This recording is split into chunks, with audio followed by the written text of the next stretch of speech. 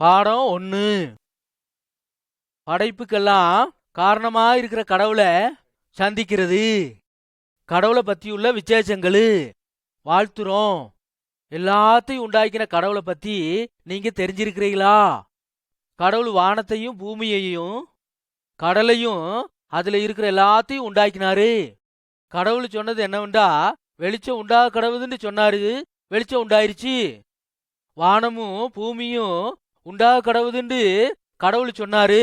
அது அப்படியே உண்டாயிருச்சு. கடவுள் சர்வ லோகத்தையும் உண்டாக்கின சிருஷ்டிகரா இருக்கிறாரு. அதனால எல்லாம் கடவுளுக்குள்ளதா இருக்குது.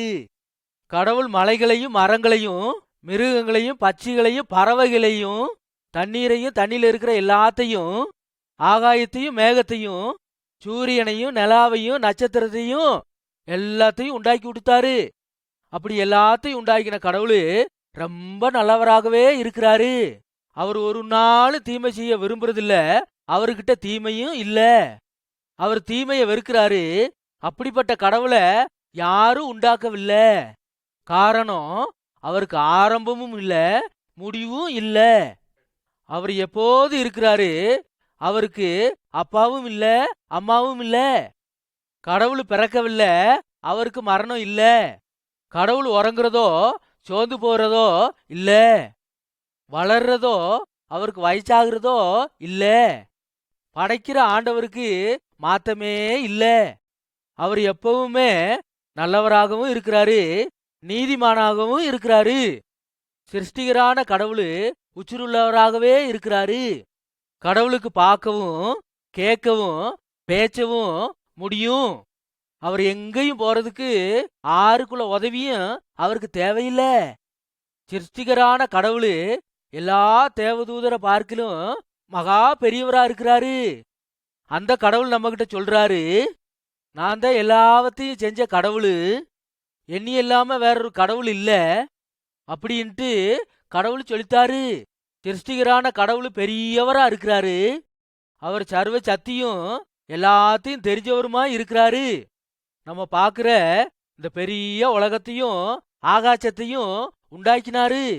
எரிஞ்சுக்கிட்டே இருக்கிற சூரியனையும் குளிர்ந்த ஆழமா இருக்கிற கடலையும் கடவுள் படைச்சாரு. கடவுள் அதுகளுக்கு என்ன சொல்றாரோ அதுபடியே இந்த இயற்கையெல்லாம் கேக்குது, அப்படியே செய்யுது.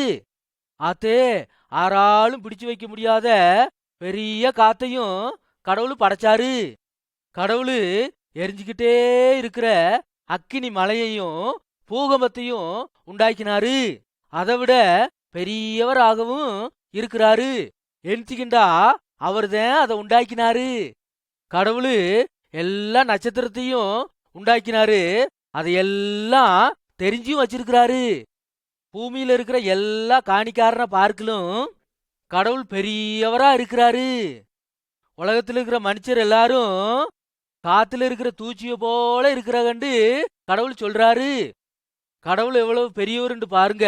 அவர் பெரியவரா இருந்து கொண்டு இந்த பூமியில இருக்கிற எல்லா அதிகாரத்தையும் உண்டாக்கினாரு. எல்லா அதிகாரமும் அவருக்குள்ளது. பாருங்க, இன்னும் அநேக காரியம் இருக்குது. கடவுளால எல்லாத்தையும் பார்க்க முடியும்.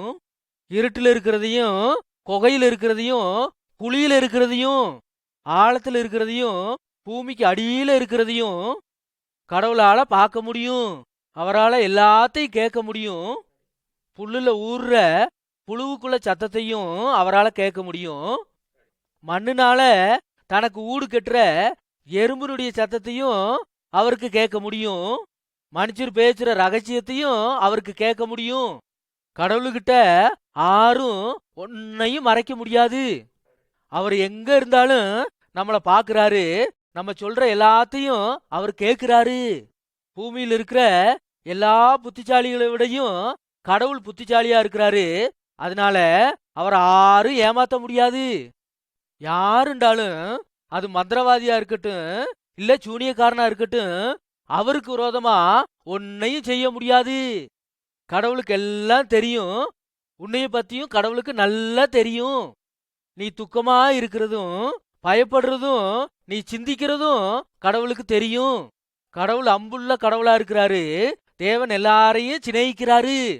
மனுஷனையும் மனுஷியையும் வெடல பாகளையும் வயசானவங்களையும் சிறுபாகளையும் குழந்தைகளையும் ஏச்சு நேசிக்கிறாரு.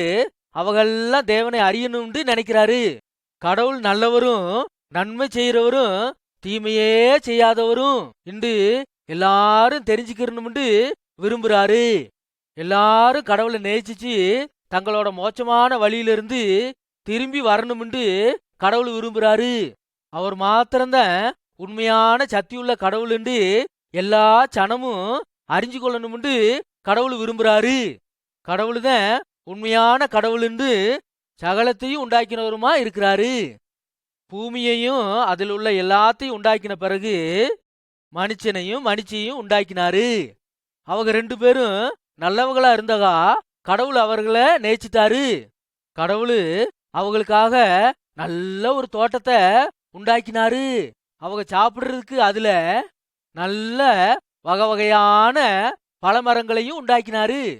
கடவுள் உண்டாக்கின முதலாவது மனுஷனுக்கு ஆதாம் என்னும் மனுஷிக்கு ஏவாள் என்னும் பேரு இட்டாரு. கடவுள் அவர்களை நேசித்தாரு. அவர்களும் கடவுளை நேசித்தகா. கடவுள் அந்த தோட்டத்துல அவங்க என்ன செய்யணும்டும் எப்படி வாழணும்டும் சொல்லி கொடுத்தாரு. அவங்க கடவுள் சொன்னபடியெல்லாம் செஞ்சு ரொம்ப சந்தோஷமா இருந்தகா.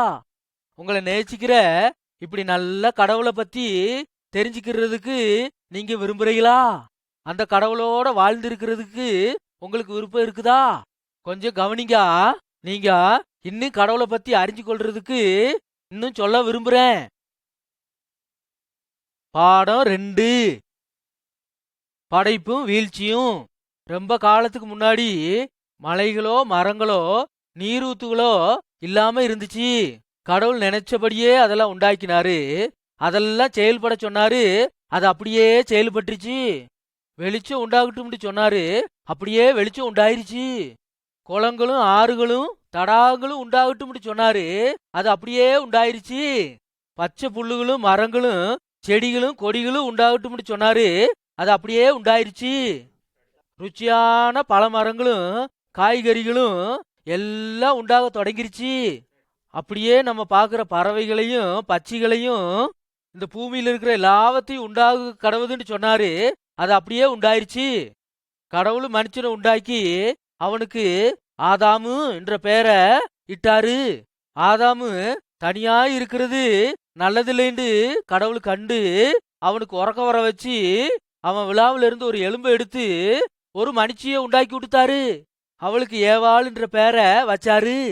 அவ ஆதாமுக்கு ஏத்த பொண்டட்டியா மாறித்தா. கடவுள் ஆதாமையும் ஏவாளையும் நல்ல பழங்களா விளையிற ஒரு தோட்டத்துல கொண்டு போய் வச்சாரு. அந்த தோட்டத்துல இருக்கிற நடுவுல ஒரு மரம் இருக்குது. அதுல உள்ள பழத்தை மாத்திரம் சாப்பிடாம வேற எல்லா பழத்தையும் நீ சாப்பிடுக்கோன்னு சொன்னாரு.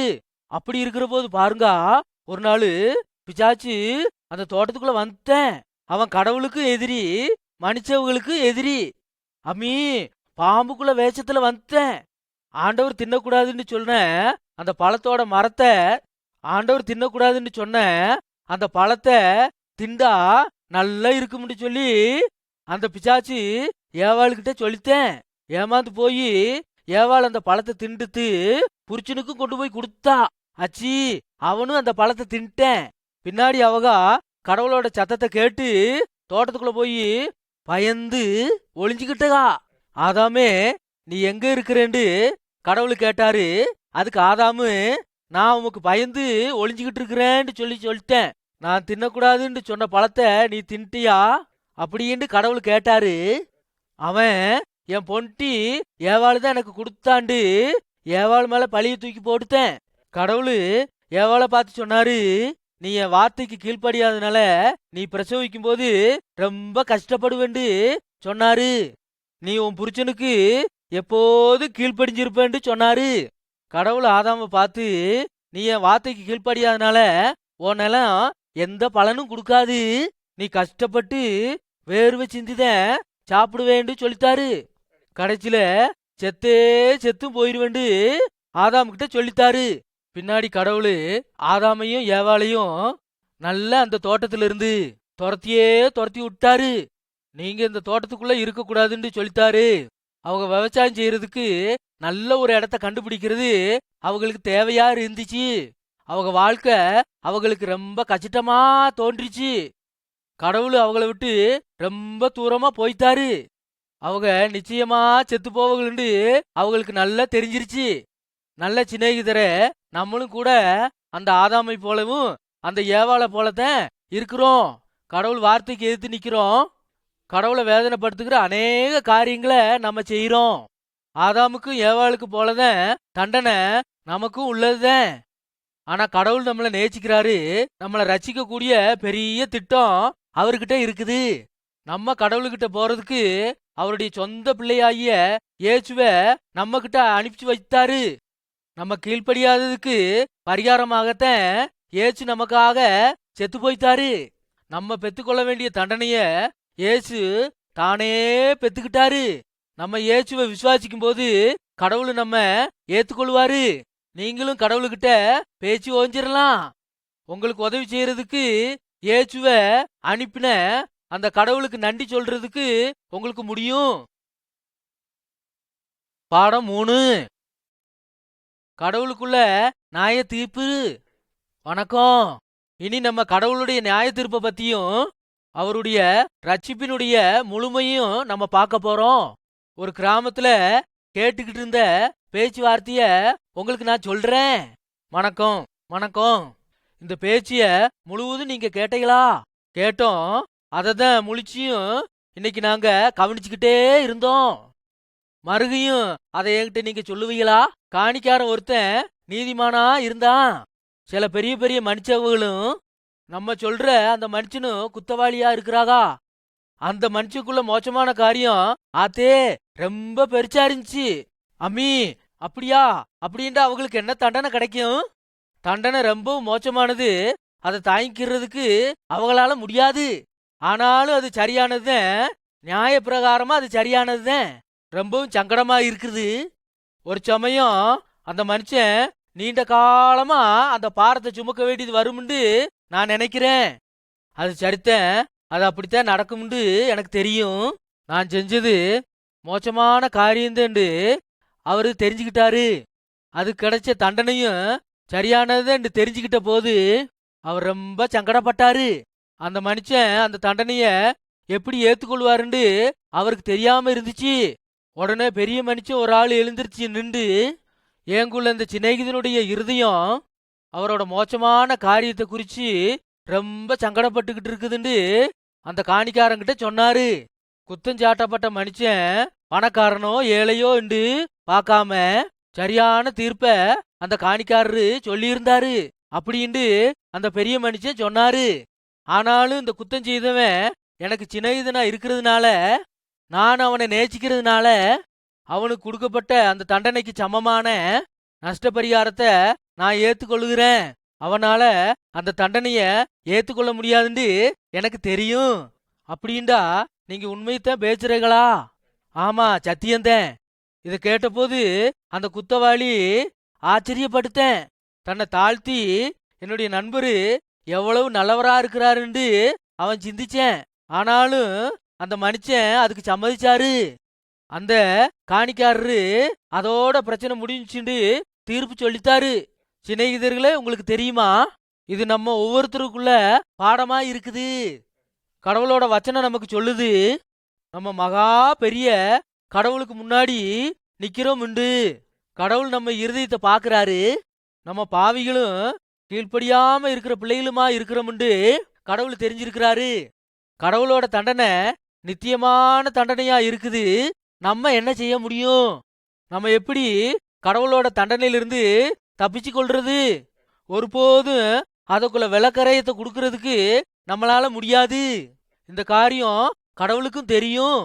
அதனால கடவுள் தம்முடைய ஒரே பேரான குமாரனை நம்மளோட எல்லா தண்டனையும் பெற்றுக்கொள்றதுக்கு பூமிக்கு அனுப்பி வச்சாரு. அந்த தண்டனை நம்ம செத்து போறதா இருக்கிறதுண்டு நான் முன்னாடியே உங்ககிட்ட சொல்லியிருந்தேனே. நம்மளோட தண்டனையெல்லாம் ஏச்சு ஏத்துக்கொண்டு சிலுவையில நமக்கு பதிலா ஏச்சு செத்து போய்த்தாரு.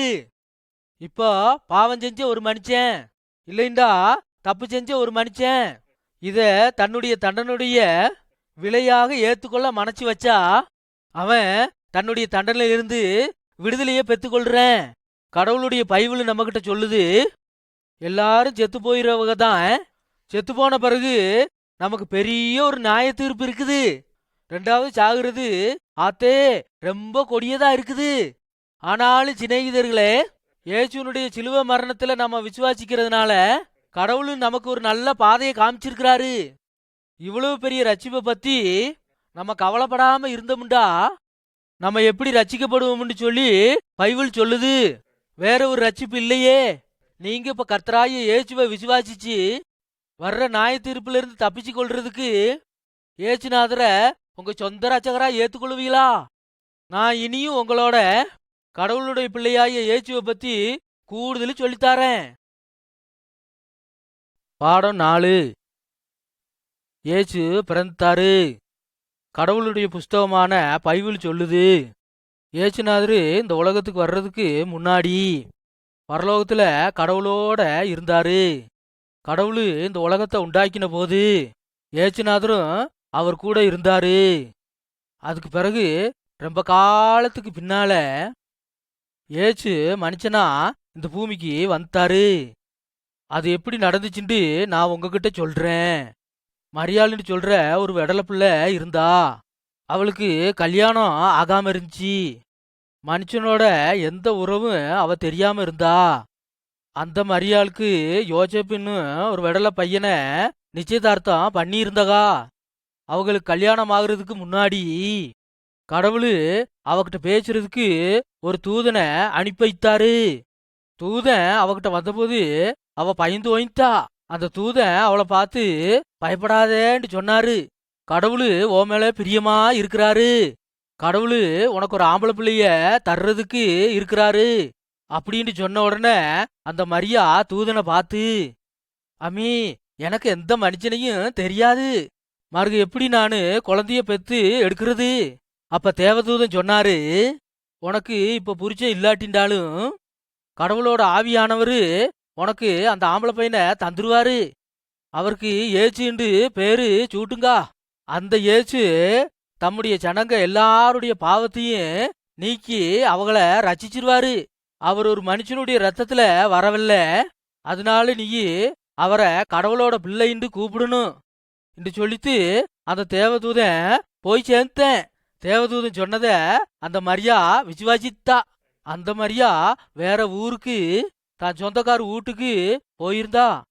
3 மாசம் அந்த வீட்டுல தங்கி இருந்தா.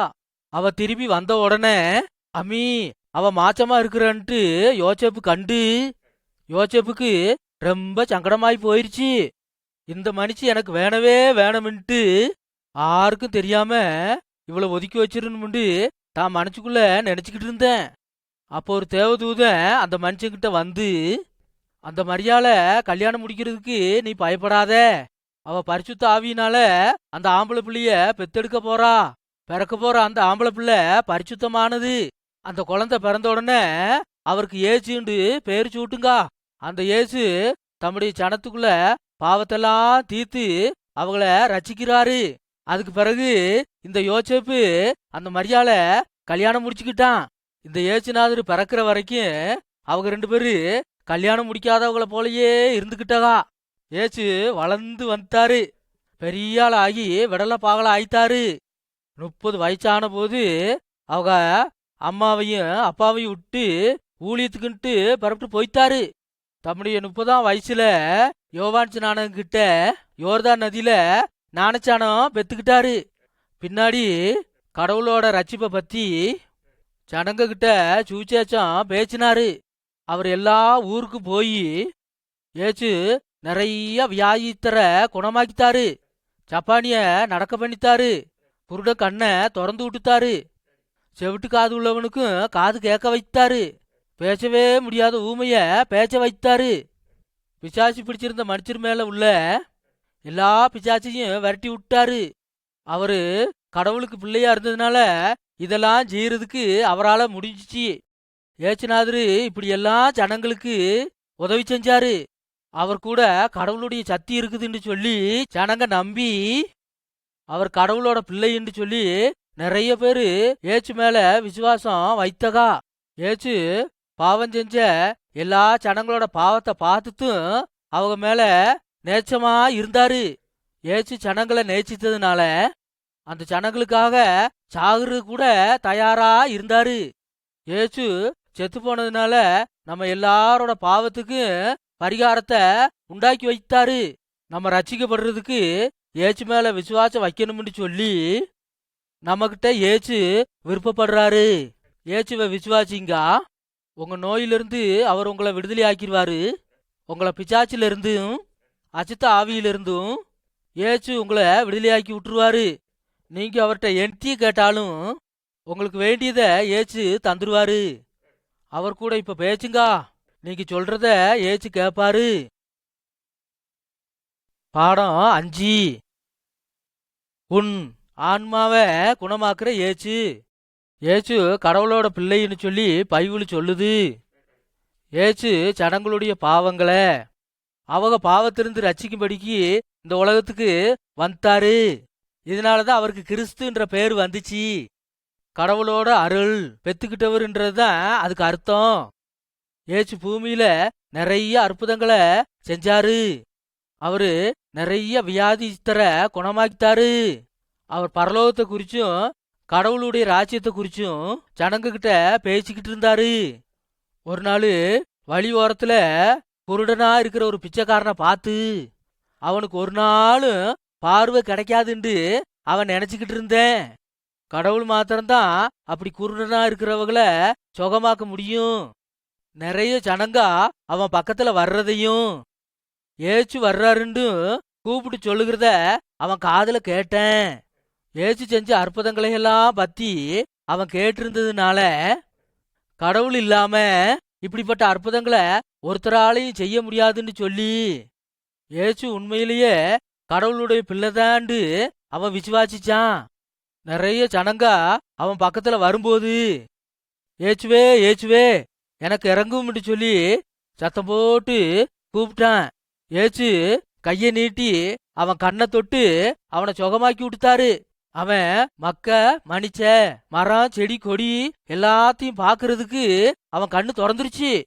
ஒரு தடவை குஷ்டரோகியா இருந்த ஒரு மனுஷன் அச்சிங்கம் அச்சிங்கம் வழி மாறுங்கா என்று சொல்லி ஓங்கி சத்தம் போட்டுக்கிட்டு இருந்தான். ஒரு நாள் சுகமாகாதவகா இந்த குஷ்டரோகிகா அவங்க சரீரம் முழிச்சும் அச்சிங்கமா இருந்துச்சு. ஏச்சு அந்த குஷ்டரோகிய பார்த்தபோது அவன் மேல இரக்கம் வைத்தாரு. ஏச்சு அவனை சுகப்படுத்தாரு. அவன் சுகமானதும் ரொம்ப சந்தோஷத்தோட அவன் வீட்டுக்கு போயிட்டான். ஏச்சு அவன் குஷ்டரோகத்தை மாத்திரமில்ல அவன் பாவத்தையும் மன்னிச்சு விட்டுத்தாரு. ஏச்சு 33 வருஷம் இந்த பூமியில வாழ்ந்தாரு. ஜனங்களெல்லாம் ஏச்சுவ ரொம்ப நேசித்ததுனால சனத்துக்குள்ள இருக்கிற பெரிய மனுஷவங்கெல்லாம் ஏச்சுவ ரொம்ப வெறுத்து ஓஞ்சித்தாகா. ஏச்சுவ பிடிச்சி கொலை செய்யறதுக்கு திட்டம் போட்டாகா. ஏச்சுவ பிடிச்சி சிலுவையில அரைஞ்சே அரைஞ்சித்தாகா. ஆத்தே அவர் ரத்தம் சிந்தி சிலுவையில செத்தே செத்து போயிட்டாரு.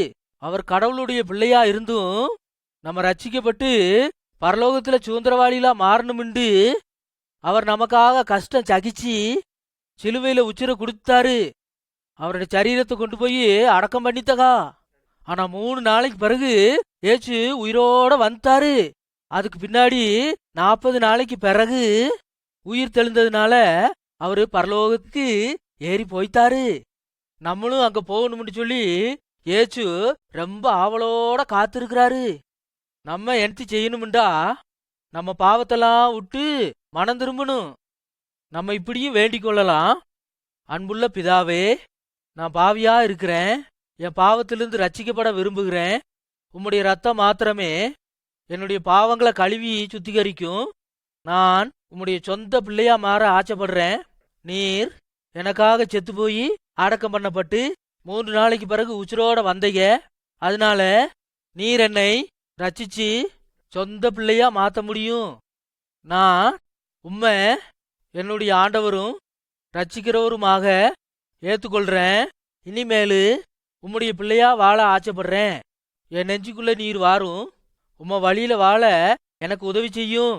ஏசு நாமத்துல ஜெபிக்கிறேன் பிதாவே, ஆமேன். இந்த ஜெபத்தை நீ செய்யும்போது ஏசு உன் ஜெபத்தை கேட்டு உன் பாவத்தையெல்லாம் மன்னிச்சு உன்னைய தம்முடைய சொந்த பிள்ளையா ஏத்துக்கொள்றாரு. இந்த ஜெபத்தை நீ செஞ்சு விட்டுருவியா? பாடம் 6. லேகியோன் பிசாசிலிருந்து விடுதலை. ஏசுவனுடைய வாழ்க்கையில நடந்த வேறொரு சம்பவத்தை சொல்றேன். ஏசுவும் சீச்சர்களும் ஒரு சின்ன படகுல ஏறி கதரனே என்ற தேசத்துக்கு போனகா. ஏசு படகுல இருந்து இறங்கின உடனே நிறைய பிசாச்சு பிடிச்சிருந்த ஒரு மனுஷனை பார்த்தாரு. அந்த மனுஷன் அவன் வீட்லயே இருக்க முடியாம சவக்கலரையிலேயே இருந்து வந்தேன். அவன் எந்த வஸ்திரமும் உடுத்தாம ஆத்தே மோசமானவனா இருந்தேன். அந்த கிராமத்தில் இருக்கிற எல்லா மக்களும் அவன் கிட்ட போறதுக்கே பயப்பட்டு வந்துருவகா. சிலர் அவனை பிடிச்சி சங்கிலினால கெட்டி போட்டுருவகா. அவனை கெட்டி போட்டு அடைக்கிறலாம்னு நினைச்சகா. ஆனா பாருங்க, அவன் அந்த சங்கிலியெல்லாம் அத்து போட்டுருவேன். அம்மி, ஒரு மனுஷராலையும் அவனை அடக்கி வைக்கவே முடியல. ராத்திரியும் பகலும் அவன் ஊடு அலறிக்கிட்டு இருக்குவேன். அங்க கிடக்கிற கல்லெல்லாம் எடுத்து தான் சரீரத்தை தானே கீறிக்கிருவேன். அவன் பிசாசு சத்தியால நிறைஞ்சி இருந்தேன். ஏசு அவனுக்கு உதவி செய்ய விரும்பினாரு. ஏசு தூரத்துல வர்றத அவன் பார்த்த உடனே ஏசுகிட்ட ஓடியே ஓடி வந்தேன். ஏசுக்கு முன்னாடி முட்டிக்கால் போட்டு அவர்கிட்ட கெஞ்சின, நீ கடவுளுடைய பிள்ளைன்னு எனக்கு தெரியும். ஐயோ, இப்பொழுதே எங்களை பாதாளத்துக்கு அனுப்பிடாதையா அப்படின்ட்டு சத்தம் போட்டு ஓய்த்தேன். ஏச்சு அவங்கிட்ட உன் பேரு என்னத்தின்னு கேட்டாரு. அதுக்கு அவன் லேகியோன்னு சொல்லித்தேன். அவனுக்குள்ள நிறைய பிசாச்சு இருந்துச்சு, அதனால அப்படி சொன்னேன். ஏச்சு அந்த மனுஷனுக்குள்ள இருந்த பிசாச்சுகளை ஆத்தே பன்னிக்கூட்டத்துக்குள்ள துரத்தி விட்டுத்தாரு. அந்த பன்னிகள் எல்லாம் மொத்தமா மலையிலிருந்து ஓடி கடல்ல போய் உளுந்து செத்து போச்சு. அதுக்கு பின்னால அந்த மனுஷன் ஏச்சு கூட பேசின. ஏச்சுவும் அவங்கிட்ட பேசினாரு. அவனுக்கு துணி உடுத்தி விட்டாரு. அவன் புத்தி தெளிஞ்சவன் ஆயித்தேன். ஏச்சு அவனை அவன் வீட்டுக்கு போடான்னு சொல்லி சொன்ன போது, நான் அப்படி போக மாட்டேன், உன் கூட தான் வருவேன்னு சொல்லித்தேன். ஆனா ஏச்சு அதுக்கு சம்மதிக்கல. நீ போய் உன் சனத்துக்கிட்ட எல்லாம் கடவுள் உனக்கு செஞ்சத எல்லாம் மனுஷ மக்கள்கிட்ட சொல்லுன்னு சொல்லி சொன்னாரு. அவன் திரும்பி போய் சுத்திலும் இருக்கிற 10 ஊர்லயும் போய் ஏசு அவனுக்கு செய்தத சொன்ன. ஜனங்கள் எல்லாரும் கேட்டு ஆச்சரியப்பட்டு ஓய்ந்தகா. நம்ம ஊர்லயும் தான் இப்படி நிறைய அச்சுத்தாவி இருக்குது. நம்ம போகிற போது நம்மளை கொண்டு விடுறதுக்கு காத்து கிடக்கிற பாம்பு மாதிரி ஆத்தே பிசாச்சு நம்மளை சுத்திக்கிட்டே வந்துகிட்டு இருக்கிறேன். பிசாச்சு செய்ய நினைக்கிற எல்லா செயல்களையும் அழிச்சு போடுறதுக்கு ஏச்சு இந்த பூமிக்கு வந்தாரு. நம்ம ஊர்ல எவ்வளவு பிசாச்சுகள் இருந்தாலும் ஏச்சு அடிச்சு துரத்தி விட்டுருவாரு. ஏச்சு மகா சக்தி உள்ளவரு. ஏச்சு பிசாச்சுக்குள்ள எல்லா தொந்தரவுல இருந்தும் நம்மளை விடுவிச்சு விட்டுருவாரு. ஏச்சு ஆறுண்டு அந்த பிசாச்சுகளுக்கு தெரியும். ஆத்தே அந்த பிசாச்சுகள்லாம் ஏச்சுவுக்கு பயந்து நடுங்கி ஓய்தி. ஏச்சு அந்த பிசாசுகள்லாம் துரத்தி விட்டுருவாருண்டு அந்த பிசாசுகளுக்கு தெரியும். உங்கள யாருக்காவது காத்து கருப்பு பிசாச்சுனால தொந்தரவா இருக்குதுண்டா, ஏச்சுக்கிட்ட ஓடியாங்க. ஏச்சு உங்களுக்கு உதவி செஞ்சிருவாரு. பிசாச்சிலிருந்து உங்களை விடுதலை ஆக்கிடுவாரு. பிசாச்சிலிருந்து மாத்திரம் இல்ல, எல்லா பாவத்திலிருந்து உங்களை விடுதலை ஆக்கி அவருக்கு மகனாக மகளாக உன்னை ஏத்துக்கொள்வாரு. நீ அவர் மேல விசுவாசம் வைக்கும்போது உன்னை கைவிடவே மாட்டாரு. பாடம் 7. ஏசு செத்து போனதும் அவர் உச்சிரோட வந்ததும். ஏசு செத்து போய் உச்சிரோட வந்துட்டாரா? இத பத்தி நீங்க சந்தேகமே படாதையா? ஏசு பிறக்கிறதுக்கு நிறைய வருஷத்துக்கு முன்னாடி ஏச்சையான்ற தீர்க்க தரிசி கடவுள் அவருக்கு மோசமானவங்களோட கல்லறைய கொடுத்தாரு என்று ஏசுவை பத்தி தீர்க்க தரிசனமா சொல்லி வைத்தாரு. அந்த ஏசு மனுஷரால கொலை செய்யப்பட்டாரு. கடவுள் ஏசுவை அதுக்காக வேண்டியே அனுப்பி வைத்தாரு. ஏசு எல்லா மனுஷர் பாவத்துக்கும் பரிகாரமா இந்த உலகத்துக்கு வந்துட்டாரு. இதை விசுவாசிக்கிறவங்களுக்கு தங்களோட பாவத்தை விட்டு ஓஞ்சி மனம் திரும்ப விரும்புறவங்களுக்கு மறுக பாவத்துக்காக நீயே பரிகாரம் செய்ய அவசியம் இல்ல. நம்மளுடைய பாவத்துக்கெல்லாம் பரிகாரமா ஆறாவது ஒருத்தர் சாகாம இருந்தா நமக்கு விடுதலையே இல்லைன்னு கடவுள் சொல்றாரு. அதனால நம்முடைய பாவங்களுக்காக பரிகாரம் செய்ய வேண்டியது அவசியம். நம்ம பாவம் செய்யறவங்களா இருக்கிறதுனால நம்மளுக்காக நம்மளே பரிகாரம் செய்ய முடியாது. பாவமே இல்லாத ஒருவரு ஏச்சு மாத்திரம்தான். ஏச்சு ஒருத்தர் தான் இந்த பரிகாரத்தை செஞ்சு ஓய முடியும். ஏச்சு நம்மளோட பாவத்தை எல்லாம் ஏச்சு மேல சுமந்து அவர் செத்ததுனால பரிகாரம் செஞ்சு முடிச்சிட்டாரு. அவருடைய சாவு எப்படி நடந்துச்சு? அந்த காலத்துல பிலாத்துன்ற ஒரு அதிகாரி இருந்தேன். எல்லா மனுஷரும் ஏச்சுவை பிடிச்சி அந்த பிளாத்துக்கிட்ட கொண்டு வந்தகா. ஏச்சுவ நியாயம் விசாரிச்ச பிளாத்து, நான் இந்த மனுஷங்கிட்ட ஒரு குத்தத்தையும் காணல, நான் இவரை தண்டிச்சு விட்டுறேன் அப்படின்ட்டு அந்த பிளாத்து சொன்னேன். ஆனா மத குருக்களு நிறைய ஜனங்கா அவரை பின்பற்றுறகா. நீ அவரை விடுதலையாக்கி விட்டுத்தேண்டா நீ ராஜாவுக்கு கூட்டுக்காரன் இல்லைன்னு அந்த பிளாத்தை பார்த்து சொல்லித்தகா. அந்த பிளாத்து இதை கேட்ட உடனே ராஜாவுக்கு ரொம்ப பயந்து ஓய்த்தேன். நீங்க ஏச்சுவை கொண்டு போய் உங்க இஷ்டப்படி அவருக்கு செய்யுங்க, ஆனா அவர் மேல ஒரு குத்தத்தையும் நான் காணலன்னு சொல்லித்தேன்.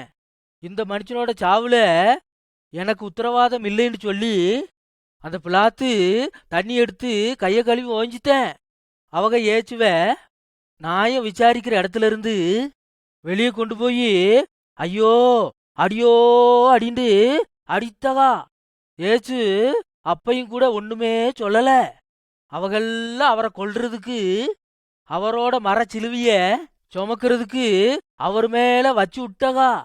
அவரை கொள்கதான்னு மேட்டுக்கு அந்த சிலுவில அரைகிறதுக்கு கொண்டு போனகா. ஆத்தே அவர் கையிலையும் காலிலையும் பெரிய பெரிய ஆணி அடிச்சு சிலுவையில தொங்க விட்டகா. ஆத்தோ அவர் காயத்திருந்து ரத்தம் சோண்டு நிறைய ரத்தம் ஒளிக்கிட்டே இருந்துச்சு. அப்படியும் ஏச்சு, பிதாவே இந்த சனம் செய்யறது என் தீண்டு அவங்களுக்கே தெரியல, இவங்களை மன்னிச்சிருன்னு சொல்லி கடவுளுக்கிட்ட வேண்டுனாரு. ஏச்சு சாகுற போது அந்த நாடு முழிச்சிலையும் இருட்டாயி போச்சு. எல்லா இடத்துலையும் பூகம்பம் உண்டாயி விட்டுருச்சு. செத்துப்போன நிறைய சனமும் உச்சிரோட எழும்பி பட்டணங்கள்ல வந்து சேர்ந்தகா. ஏச்சு செத்து போனதுனால அவர் செத்து போனதுனால எதிராளியா ஏச்சுவ ஜெயிச்சு ஓஞ்சித்தமுட்டு நினைச்சித்தகா. ஏச்சுவின் சீச்சமாறு அவரோட உடலை ஒரு கல்லறைக்கு கொண்டு போய் வச்சுத்தகா. கல்லறை வாச்சல்ல ஒரு பெரிய பாறையை உருட்டி அடைச்சு வைத்தகா. ஏச்சுவ சிலுவையில் அரைஞ்சவகா படை வீரரை காவக்காரங்களா நிறுத்தித்தகா. நம்மளோட தண்டனையெல்லாம் ஏசு அவர் மேல ஏத்துக்கிட்டாரு. மனுஷருடைய பாவத்துக்காக தான் சாகணும்ண்டு கடவுளு ஏச்சுக்கிட்ட சொல்லியிருந்தாருண்டு ஏச்சு நினைச்சிருந்தாரு. தான் செத்து போயிருவனுண்டும் திரும்பி உயிரோட வருவனுண்டும் ஏச்சு தாம் சீச்சருக்கிட்ட சொல்லியிருந்தாரு. அவரு செத்து போனவரா இருக்கல. ஏச்சுக்கிட்ட பாவமே இல்லாததுனால அவர் செத்தவரா இருக்க வேண்டிய அவசியம் இல்ல. அப்படின்ட்டு நானும் உங்ககிட்ட சொன்னது போல சாவுனால அவரை ஜெயிக்க முடியல. அவர் செத்து போய் 3வது நாள் கடவுள் அவரை கல்லறையிலிருந்து உச்சிரோடு எழும்பி வர வைத்தாரு. அநேக ஜனங்கா அவரை உச்சிருள்ளவரா பார்த்தகா. ஒரு தடவை 500 பேரு அவரை பார்த்தகா. அவர் ஒரு ஆவியா இருக்கல.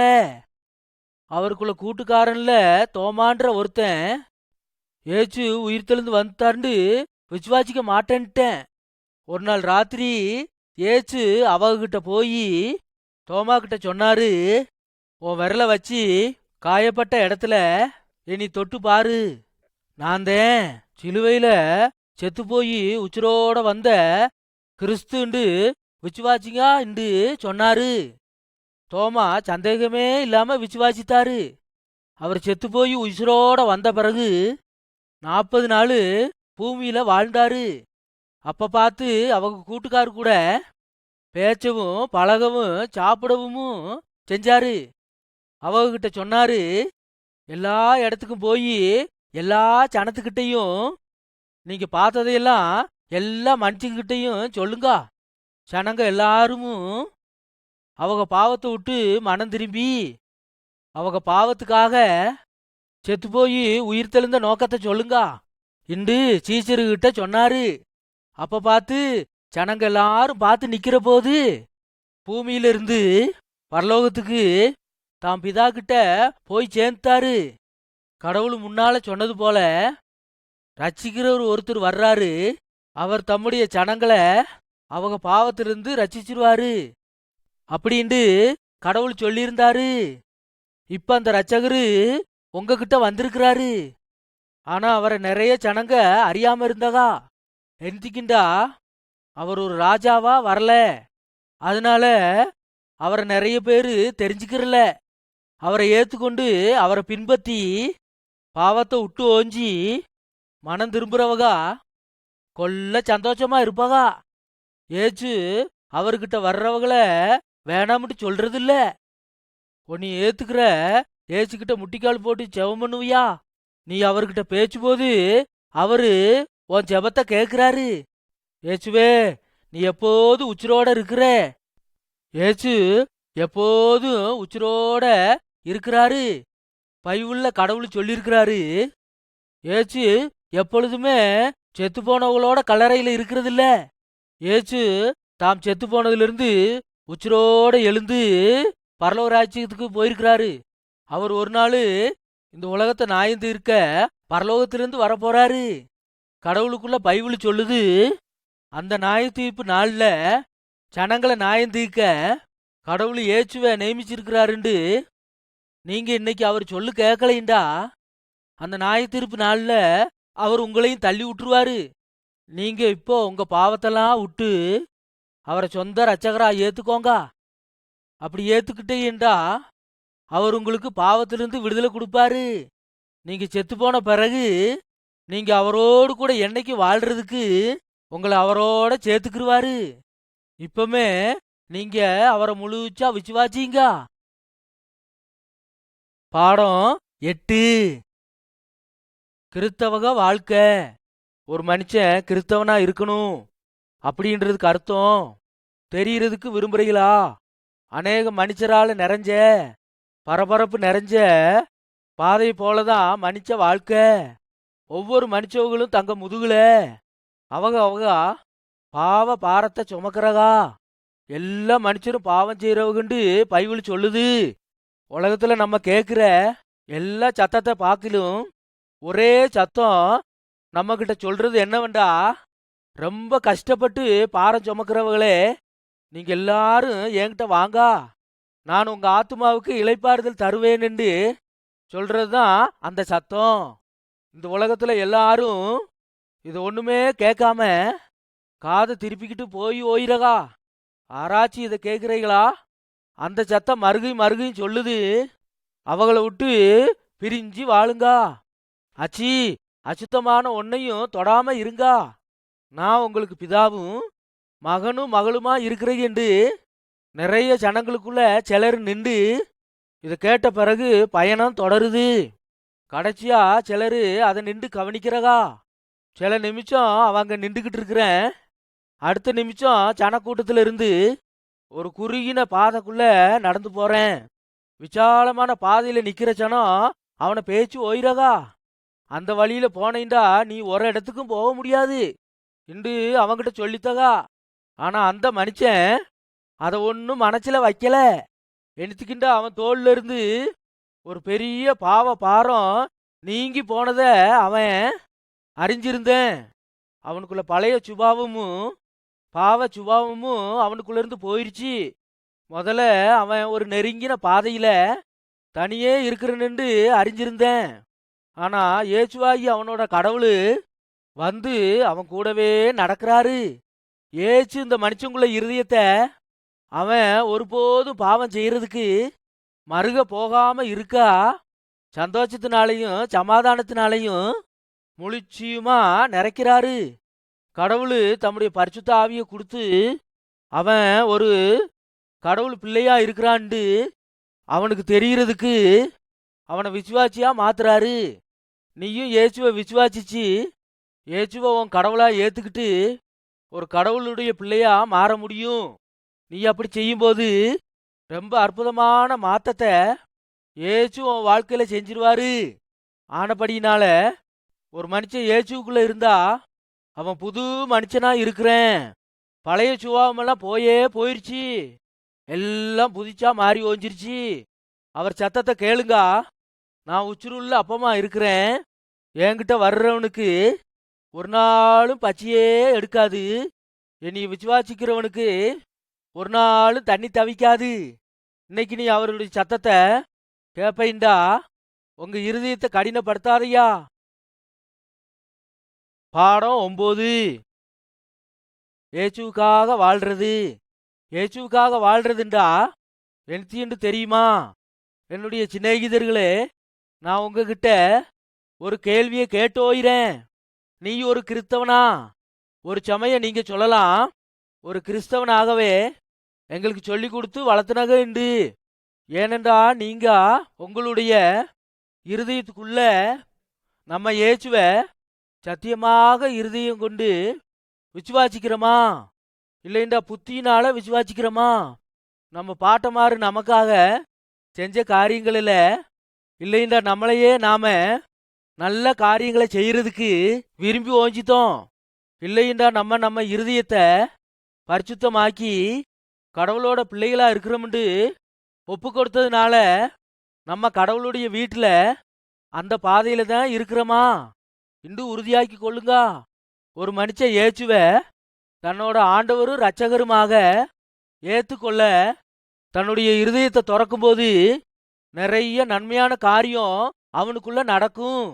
அந்த நிமிஷத்திலேயே அவனோட எல்லா பாவமும் மன்னிக்கப்படும். நன்மையை செய்யறதுக்கு அவனுக்கு உதவி செய்ய கடவுளோட பரிசுத்த ஆவியானவர் அவனுக்குள்ள வந்துருவாரு. அவன் ஒரு கடவுளோட பிள்ளையா மாறுறான். கடவுள் அவனுக்குள்ள பிதாவாகவும் அவனை விசாரிக்கிறவராகவும் இருக்கிறார். இயேசு எல்லா நேரமும் நம்மளை நேசிச்சு நம்ம கூடவே இருக்கிறாரு. கடவுள் நமக்கு செய்யறதெல்லாம் நன்மை செய்யறதுக்குத்தான். அதனால நம்ம எல்லாத்துக்காகவும் நன்றி சொல்றதுக்கு கடமைப்பட்டிருக்கிறோம். இதெல்லாம் நம்மளை நீடிய சாந்தமுள்ளவர்களாக இரக்கம் உள்ளவர்களா மாத்துது.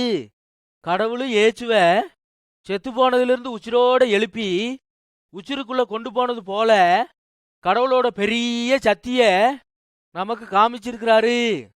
அதே சக்தியினால நம்மளும் நன்மையை செய்யறதுக்கு கடவுள் உதவி செய்யறாரு.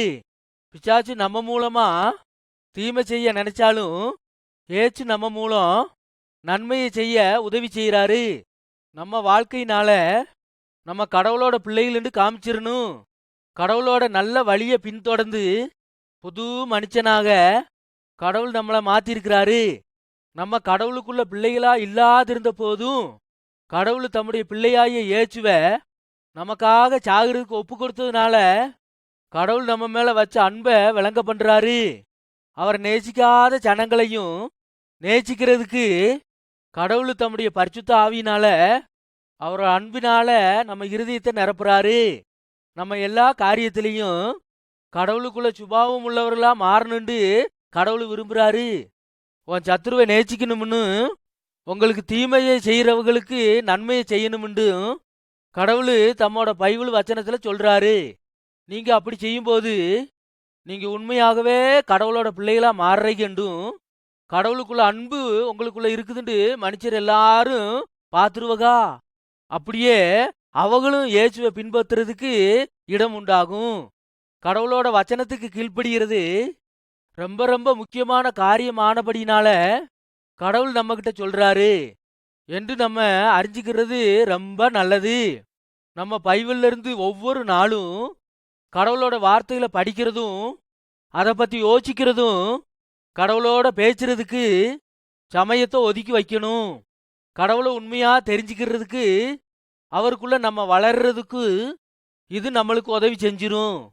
நம்ம சிறு பிள்ளைகளை போல வாழ்றதுக்கு இல்ல, மற்றவங்களுக்கு உதவி செய்யறதுக்கு அவருக்குள்ள சக்தி பெற வேண்டும் என்று கடவுள் விரும்புறாரு. நம்ம கடவுள் கூட பேசுறதுக்கு நிறைய காரியம் இருக்குது. நம்ம பாவ தோஷத்துக்கு பரிகாரமா செத்து போறதுக்கு இயேசுவை ஒப்பு கொடுத்ததுனால நம்ம கடவுளுக்கு நன்றி சொல்லணும். அவரை விசுவாசிக்கிற எல்லாரையும் பாவத்திலிருந்து விடுதலை கொடுத்து இயேசு பிசாசானவனை ஜெயிச்சு இந்த ரட்சிப்பை நமக்கு தந்தாரு. பிசாசு தீமை செய்யறதுக்கு நம்மளை தூண்டும் போது இயேசுவின் ரத்தத்தினால அவனை ஜெயிக்க முடியும். உன்னை விட்டு ஓட்டமா ஓடியே போயிடுவேன். நீ எப்பொழுதாவது கடவுளுக்கு விரோதமா ஏதாவது காரியத்தை செய்தா உனக்கு மனசுல ரொம்ப சங்கடம் உண்டாகும். ஆனாலும் நீ பயப்பட்டுறாத. உடனே உன் பாவத்தை மன்னிச்சு உன் இருதயத்தை சுத்தமாக்க வேணும்னு ஏச்சுக்கிட்ட முட்டிக்கால் போட்டு செவம் பண்ணணும். பிசாசுக்குள்ள சோதனையில அகப்படாம இருக்கிறதுக்கு நீ கடவுள்கிட்ட உதவி கேட்கணும். கடவுள் நமக்கு செய்யற எல்லா நல்ல காரியத்தையும் நம்ம வாழ்க்கையில பிரச்சனை வரும்போதும் எல்லா சமயத்திலையும் கடவுளுக்கு நன்றியுள்ளவங்களா இருக்கணும். நம்ம இயேசுவை நேசிக்கிற போது கடவுள் எல்லாம் நமக்கு நன்மைக்காகவே நம்முடைய வாழ்க்கையில செய்யறாருன்னு சொல்றாரு. தங்களோட உச்சிரை கடவுளுக்கு ஒப்பு கொடுக்காத மனுஷருக்காகவும் செவம் பண்ணணும். நம்ம பிரச்சனையிலையும் கச்சிதமான நேரத்திலையும் நம்ம செவம் பண்ணணும். நம்மளோட வாழ்க்கையில எல்லா இடத்துலையும் நமக்கு உதவி செய்யறதுக்கு இயேசு விரும்புறாரு. கடவுளுக்கு இஷ்டமான எல்லா ஜெபங்களுக்கும் இயேசு பதில் கொடுக்கறாரு என்றாலும் நமக்கு ரொம்ப நல்ல காரியம் எதுண்டு கடவுள் அறிவாரு. நம்ம ஜெபத்துக்கு பதில் கிடைக்காட்டின்றாலும் கடவுள் நம்ம பத்தி ரொம்ப பெரிய திட்டத்தை வச்சிருக்கிறாருன்னு தெரிஞ்சுக்கிறணும். நம்ம கடவுளை விசுவாசிக்கும் போது கடவுள் நம்ம இருதயத்துக்குள்ள நிறைய சந்தோஷத்தை கொடுத்துருவாரு. அது மட்டும் இல்லாம அதிகமான காரியத்துக்காக இயேசுவை விசுவாசிக்கும்படிக்கு நமக்கு அவர் சொல்லி தர்றாரு. இயேசுவோட நடக்கிறதும் ஒவ்வொரு நாளும் சந்தோஷமும் சமாதானமும் இருதயத்துக்குள்ள அனுபவிக்கிறத கிறிஸ்தவ வாழ்வு. நீ இயேசுவை பின்பற்றும் போது கடவுள் உன்னைய ஆசீர்வதிக்குவாரு.